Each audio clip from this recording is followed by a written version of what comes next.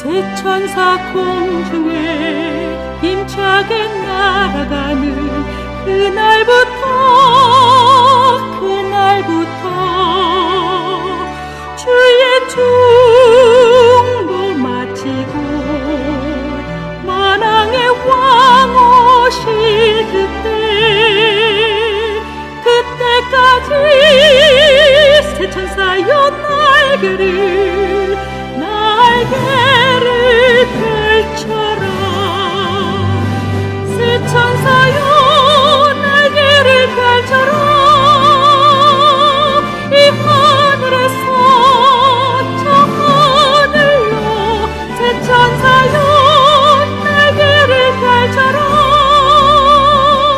기별 속히 전하라.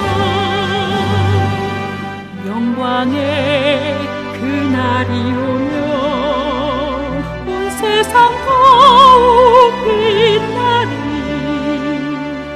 영원한 복음이 담대히 외쳐지는 그날부터 주의 심판 끝나고 만주의 주 오실 그때까지 성도들아 복음을 전하라. 성도들아 복음을 전하라. 이 마을에서 저 마을로 성도들아 복음을 전하라. 복음 속히 전하라. 영광의 그날이 오면 온 천지 더욱 환하리. 인치는 천사의 사명이 이루어지는 그날부터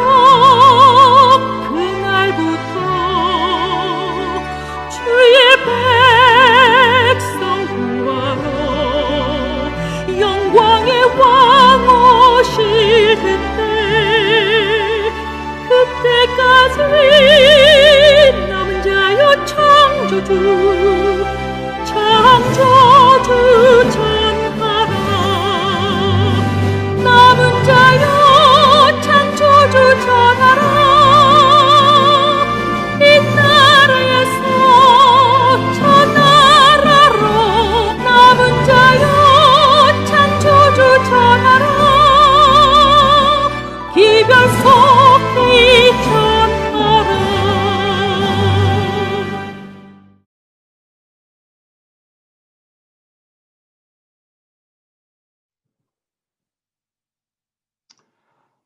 안녕하세요, 성도 여러분. 먼저 죄송한 말씀을 드리겠습니다. 제가 월요일날 이렇게 저녁 때 운동하다가 넘어져서 이 오른쪽 쇄골이 부러지게 되었습니다. 그래서 지금 이제 병원에서 수술을 해야 될지 두고 봐야 될지 제가 지금 닥터를 만나서 그것을 이제 일정을 어레인지해야 되는데, 지금 제가 이제 오른쪽 팔을 사용을 하지 못하다 보니까 오늘 또 설교를 하게 될 때도 제가 이제 넥타이를 맬 수가 없게 되었습니다. 그리고 또 교회에서 또 저희들이 교회 그 장비로 녹음을 할 수가 없게 되어서 오늘 이렇게 이제 제가 있는 집 컴퓨터로 이렇게 줌으로 녹화해서 방송을 드릴 수밖에 없게 되었습니다. 죄송합니다. 제가 속히 완쾌되어서 좋은 양질의 또 영상으로 또 여러분들을 찾아뵐 수 있도록 그렇게 하겠습니다. 오늘은 열왕기상 17장 1절에서 6절까지의 말씀을 보도록 하겠습니다. 까마귀가 물어다 주는 은혜라는 말씀으로 여러분과 함께 은혜를 나누고자 합니다. 열왕기상 17장 1절에서 6절입니다. 길앗에 우거하는 자 중에 디셉 사람 엘리야가 아합에게 말하되 내가 섬기는 이스라엘의 하나님 여호와께서 살아계심을 두고 맹세하노니 내 말이 없으면 수년 동안 비도 이슬도 있지 아니하리라 하니라. 여호와의 말씀이 엘리야에게 임하여 이르시되 너는 여기서 떠나 동쪽으로 와서 요단 앞 그릿 시냇가에 숨고 그 시냇물을 마시라. 내가 까마귀들에게 명령하여 거기서 너를 먹이게 하리라. 그가 여호와의 말씀과 같이 하여 곧 가서 요단 앞 그릿 시냇가에 머물매 까마귀들이 아침에도 떡과 고기를 저녁에도 떡과 고기를 가져왔고 그가 시냇물을 마셨으나 땅에 비가 내리지 아니함으로 얼마 후에 그 시내가 마르니라. 오늘 본문에서 참 신기한 장면이 나옵니다. 까마귀가 먹을 것을 물어다 줍니다. 까마귀들이 아침 저녁으로 떡과 고기를 가져옵니다. 사람이 생각하지 못했던 그런 일들이 지금 우리 주변에서 일어나곤 합니다. 저도 또한 살면서 까마귀가 물어다 주는 은혜를 경험하였습니다. 기적적인 방법으로 사람의 생각으로는 도저히 상상도 할 수 없었던 일로 은혜를 입었을 때 우리는 이 말씀을 기억합니다.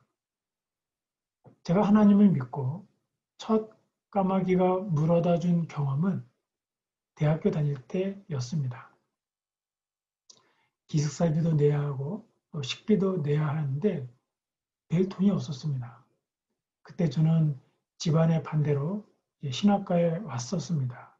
그리고 우리 부모님께서 첫 학기 등록금만 내주시면서 그 다음부터는 내가 다 알아서 하겠다고 제가 호언장담을 하고 서울에 생대학에 온 상태였습니다. 그런데 기숙사비와 식사비 그 30만 원을 내야 되는데 낼 돈이 없는 것이에요. 사람에게 있어서 기본적인 의식주가 해결되지 않으면 얼마나 불안한지 모릅니다. 먹는 거랑 잘 곳이 해결되지 않으니까 수업 시간에도 집중이 되지 않고 불안하였습니다. 그런데 기사 예배를 드리는데 선배님들이 기도 응답에 대한 설교를 하는 것이었습니다. 저도 그 말씀에 힘을 얻어 기도의 동산에 가서 정말 간절하게 기도를 드렸습니다. 눈물, 콧물 흘리면서 기도한 후 통장을 들고 금전 출납기로 갔습니다. 그리고 떨리는 마음으로 통장을 집어넣었습니다. 그랬더니 제가 필요한 돈 30만 원이 찍혀 있는 것이었습니다. 누가 보냈는지 확인하려고 했지만 알 수가 없었습니다. 그래서 전 지금도 그 돈을 누가 보냈는지 모릅니다. 그 통장을 붙잡고 저는 어땠는지 아십니까? 펄쩍 뛰었습니다. 남들이 보면 미친 사람인 줄 알았을 것입니다. 아니, 그때 저는 미친 사람이었습니다. 이것이 제가 처음으로 경험한 까마귀가 물어다 준 은혜였습니다. 그 이후에도 하나님께서 까마귀를 보내주시는 일들을 수도 없이 경험하였습니다. 제가 이제 결혼해서 미국에 온 후 경제적으로 많이 어려울 때 어느 분이 자신이 돌려받은 텍스를 저희들에게 주심으로 큰 어려움을 이겨낼 수 있었던 적도 있었습니다. 여러분들도 마찬가지일 것입니다. 등록금을 내야 되는데 낼 돈이 없어 걱정하고 있을 때 그 돈을 대신 내주는 일도 있었을 것입니다. 밥을 해 먹어야 되는데 쌀이 없어 고민할 때 쌀을 갖다 주시는 분이 있었을 것입니다. 일거리가 필요했었는데 일거리를 주시는 분들, 크고 작든 우린 이런 까마귀가 물어다 주는 기적적인 경험이 있었을 것입니다. 그렇다면 매달 저는 기도한 후 통장을 출력기에 집어넣으면 제가 원하는 금액이 계속 찍혀 있었을까요? 그렇지 않았습니다. 매번 까마귀가 온 것은 아니었습니다. 애타게 까마귀를 기다렸지만 끝내 오지 않았을 때도 있었습니다. 그래서 하나님께 왜 이번에는 까마귀를 보내주시지 않으십니까? 라고 묻기 시작하였고 하나님은 어디 계십니까? 하며 원망하기도 하였습니다.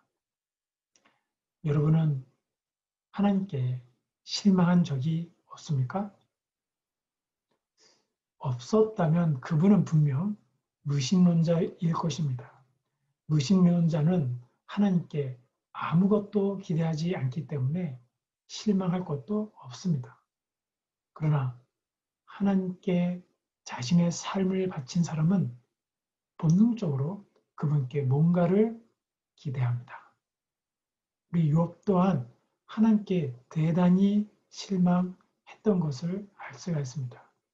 욥기 13장 24절에서 25절 말씀에 주께서 어찌하여 얼굴을 가리시고 나를 주의 원수로 여기시나이까? 주께서 어찌하여 날리는 낙엽을 놀라게 하시며 마른 검불을 뒤쫓으시나이까? 아무 보잘것없는 나를 왜 놀라게 하는지 욥이 묻고 있습니다.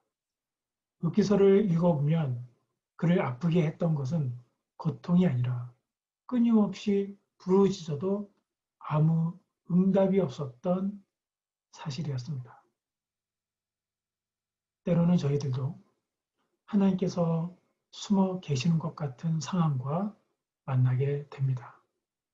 까마귀가 왔을 때는 시편 23편의 말씀이 입에서 술술 흘러나옵니다. 여호와는 나의 목자시니 내가 부족함이 없음이로다. 하지만 까마귀가 한동안 보이지 않을 때는 시편 22편의 고백이 나옵니다. 하나님이여, 하나님이여, 어찌하여 나를 버리셨나이까? 이렇게 고통은 우리 시야를 좁게 만듭니다. 우물한 개구리로 만듭니다. 아무것도 보이지 않고 들리지 않습니다. 제 막내 소영이가 태어났을 때였습니다. 이제 아내는 아이를 낳자마자 산후조리도 제대로 못하고 바로 이제 치대 1학년을 시작했습니다. 가장 어렵다던 그 시기를 아이를 낳자마자 시작했었습니다. 그리고 저희 가족은 6개월간 수입이 없었습니다. 제가 교회를 맡지 못했고 또 나가서 다른 일을 할 수 없었습니다. 소영이 또 우리 넷째 대영이를 제가 돌봐야 했기 때문입니다. 카드로 빚을 내기 시작했고 한도가 넘으면 또 다른 카드로 빚을 갚는 악순환의 시간이었습니다.